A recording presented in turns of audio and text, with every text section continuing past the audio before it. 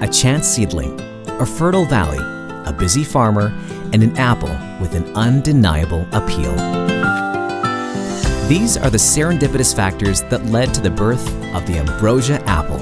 The apple's success is a much longer story, but it all started with a Chance Seedling. The Summerland Valley is located in southern British Columbia, 350 kilometers east of the Pacific. Created by a tectonic shift long ago, it's a valley framed by rugged, stony mountains and marked by the Summerland River running through it. The fresh water, the shadow of the mountains, and the clay and mineral deposits make it an ideal place to grow apples. Sally and Wilfred Mennel have been growing apples in this valley since 1978. It was in one of their orchards that our story takes place. It happened in a row of John o' Gold apples.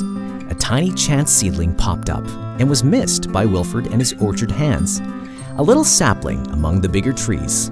It should have been cleared away before it even had a chance to grow big enough to produce apples. But, as luck would have it, it wasn't. The survival of a Chance Seedling is very rare because the circumstances have to be just right. First, a bee or insect has to visit an apple blossom, carrying the pollen from the blossom of another apple variety. Then, a small amount of pollen has to be left behind to pollinate that particular blossom. The apple that grows from that blossom will look just like the other apples on the tree, but inside, its seeds are different. If that apple seeds manage to make it into the ground, a small sprout will form. And if that small sprout doesn't get cut down by the orchardist, then a sapling can grow. After several years of being ignored by a farmer, and if it's strong enough to weather the elements, that little Chance Seedling may eventually produce a brand new variety of apples. And, if luck will have it, that apple looks and tastes great. Such was the case in the Mennel orchard back in 1992. The little sapling managed to survive undetected until it was able to produce fruit.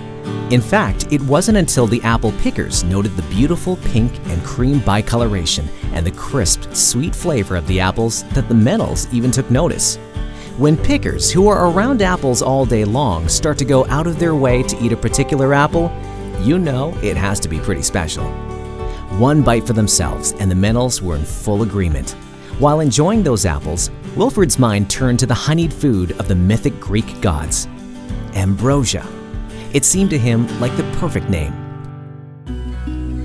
The next step was to grow more and to get them to market to see if the general public would also eat them up.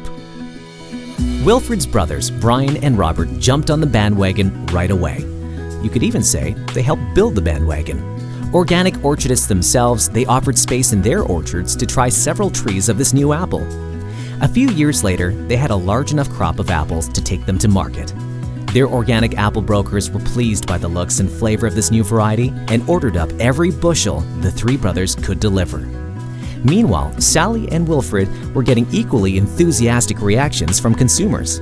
They'd taken the apple to the Vancouver Apple Festival to give a few apple fans a taste of their new variety. It was a hit, and everyone wanted to know where they could get more. With the market behind them, the Mennels knew they needed more product. They took their new apple to the Summerland Varieties Corporation, formerly known as the Plant Improvement Company of the Okanagan, who began the registering and testing of the variety and making it available to a wider circle of growers in the Summerland and Okanagan valleys. Thus began the process of this new apple becoming recognized as the Ambrosia that we know today. Many of those original growers now have 10 times the Ambrosia trees that they started with. As people became more and more familiar, they started to notice a few new benefits of the Ambrosia. They discovered that its low acid level meant it's slow to brown after being cut, making it ideal for kids' lunches. Fans also noticed it was a good apple in raw recipes, but also in baked recipes. And because it was naturally sweet, it didn't require additional sugar, making it a healthier choice. These benefits, the apple's crisp, juicy taste and good looks, and a lot of work getting the word out about its natural origin, have made the Ambrosia apple a favorite among consumers throughout Canada and the United States. Ambrosia orchards have also been cultivated in Chile, New Zealand, and Europe, where they are poised to win over even more hearts and palates.